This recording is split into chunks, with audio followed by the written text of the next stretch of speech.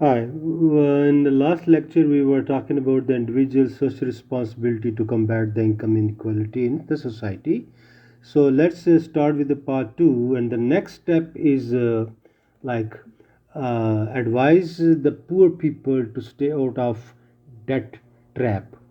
Debt trap means don't take too much loan which you cannot return it back. So it has become so vicious cycle that you are taking loan and then you are taking more loan to pay them back. So you are coming under so much debt that ultimately you become bankrupt or you become so poor that you cannot return and you ruin whole your financial life.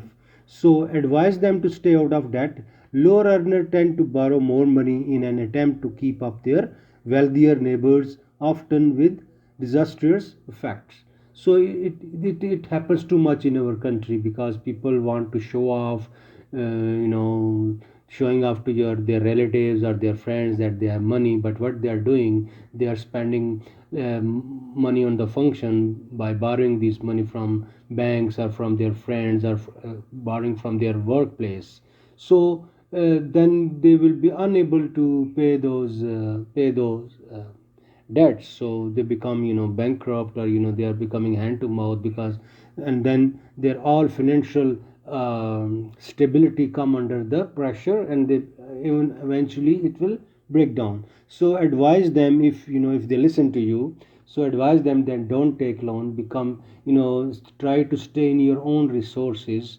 So like we say in Urdu or in our own language, that stay in your own under in your own sheet. So don't spread or don't extract. I'm sorry, don't extend your expenditure more than your income. So to please advise them, because if they listen to you, so just advise them that maybe they will listen. This is another way of stopping them, some people to going in the poverty trap.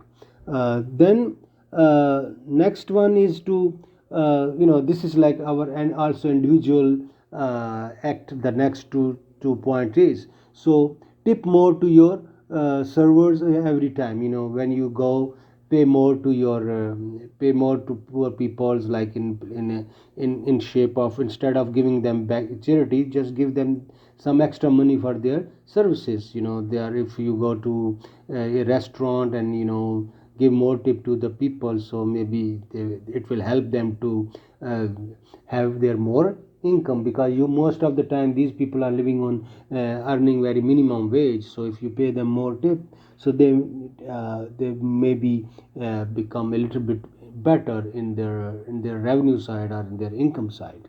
So tip more to your server every time. Tipping more is essential to keeping a lot of people out of poverty. Always tip more to your server. So server mean people who are giving you service. Anywhere you go, if you have money, if someone is giving you service, like you go to a car station, and someone is airing your tires, so give them some extra money to the kid. If they ask you 20 rupees, give 20 more for his tea, or just tell him, what I'm doing this, that, giving them some money separately of that.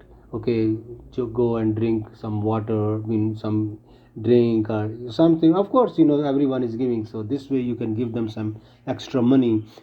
Same thing if you go to anywhere, if someone is helping you, just give, and a poor person, help them, give them some money, or and then go again to them, if they are good. So that way also helping their business, and also uh, helping them privately. If everyone tries start giving them some extra money, so end of the day maybe they will have some extra money, so they can come out of this poverty, or they can feed their family better.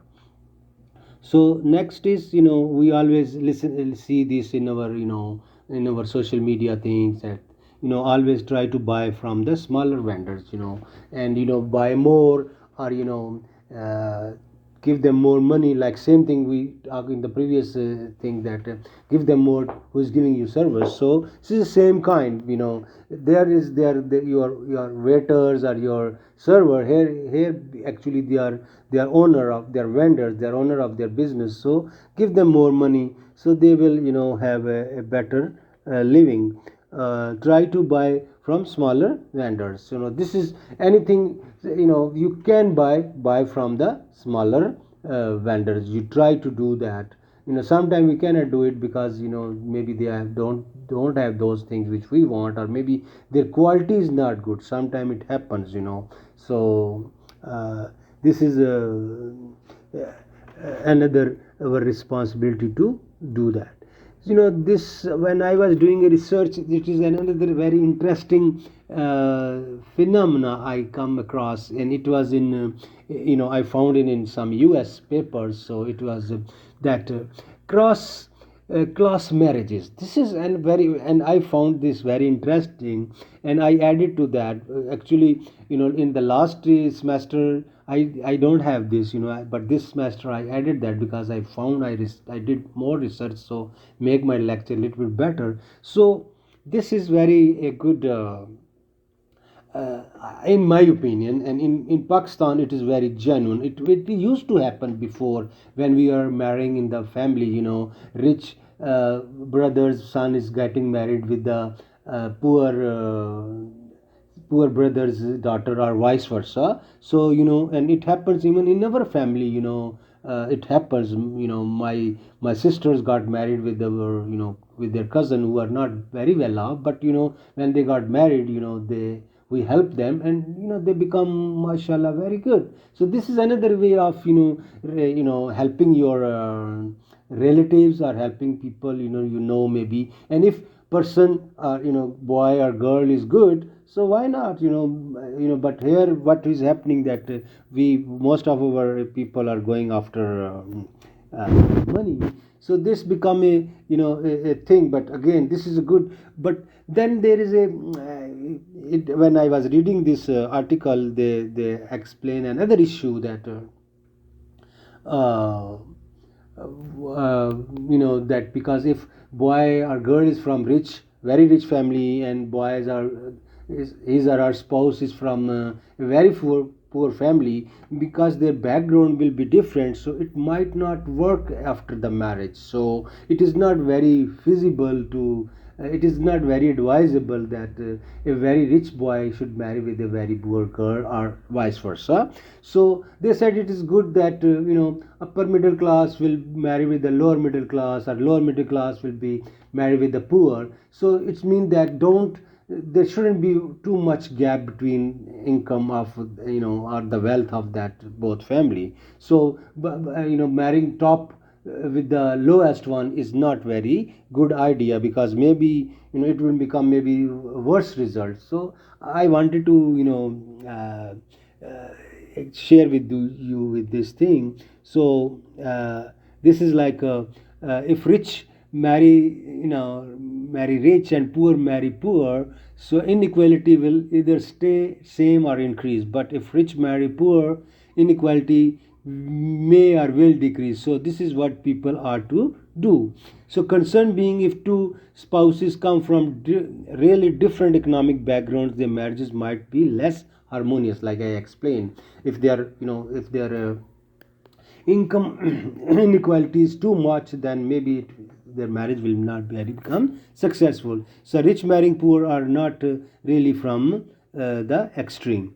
So they shouldn't be extreme, like, and then I explained the solution is that lower middle should marry with the poor, and the upper with the middle, and this should be the connecting levels of marrying. So this is another way of and I gave example of even my own family. So it helps. I will tell you what it real helps. Our our relatives become also well off, and maybe sometime better than us, because if you have opportunities, if you are good, you need some opportunities or something, then you come out. But if you are not good, then no one can help you anyway. Then another thing is, which is becoming more in Pakistan, because we are creating rich areas and poor areas, and it was not like this before, because we are creating towns outside of cities, like you will see Barrier town, DHA, and there are many more. So poor are staying in the city, in the old cities, or in the villages, and rich are living in a secular, in the different separate or so they don't have any much interaction with the poor. So in before it was when we are living in the same neighborhood, some people are poor and some people are rich, and rich are helping the poor and poor are helping the rich by giving them service. So it was becoming like a little bit better scenario. But no, due to this segregation of different areas for riches and different and some different area for the poor, is becoming this income inequality worse. So higher level of racial residential segregation within a metropolitan region are strongly correlated with a significantly reduced level of integrational upward mobility for the residents of that area. So if they live together, it is their chances that income inequality may be reduced. Segregation by income, particularly the isolation of low-income households, also correlate with a significantly reduced level of upward mobility. Eliminating residential segregation by income and race can boost economic mobility for all. See, this is also a issue of racism. Different races are living in the different areas, and usually some races are rich or some races are maybe poor. So this way, creating another problem for income inequality. So in my opinion, we should uh, do that. We will live together and things like that. So this was like a lecture of mine. So as a social responsibility, we have to teach you what to do. Sometimes things are in your control, something things are not in your control. Some are like, paying a little bit extra tip is easy. Buying from smaller vendor is easy. Helping someone finding the job is little bit difficult, but it is easier. But sometimes, marrying with a poor boy or marrying with a poor girl is maybe not very easy, but can do that. And then segregation of build houses is also not in your hand, because uh, you cannot go and live in with the poor sometime, because it has like side effects too. Maybe they don't have good schools for your kids and this thing. And these are all things, but try to do things as much as you can do, helping them, advising them. Sometime, and it is my experience, most of the people, who are poor, they are not thinking right, and sometimes of course their luck is not working, because there's so much issues that they cannot come out of this poverty cycle or poverty trap. So I think if you are coming into schools, and you can help people. And also charity is also there. You give them the charity, and maybe you have collective charity. Put money together and give to someone. Make some little bit trust with among your friends. Trust mean a pool of money. Everyone give 100 rupees to, and if you have like 30 people, so maybe 3,000. And if you give them 3,000 to a family every month, so you can raise one family. So this way you can work together. So collectivism is very important also, and we are still, because we can do that, because we are still socially, we are together, related among each other. Like you students can do that.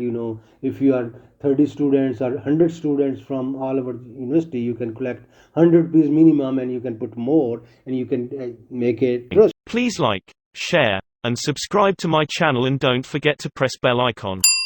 Thank you.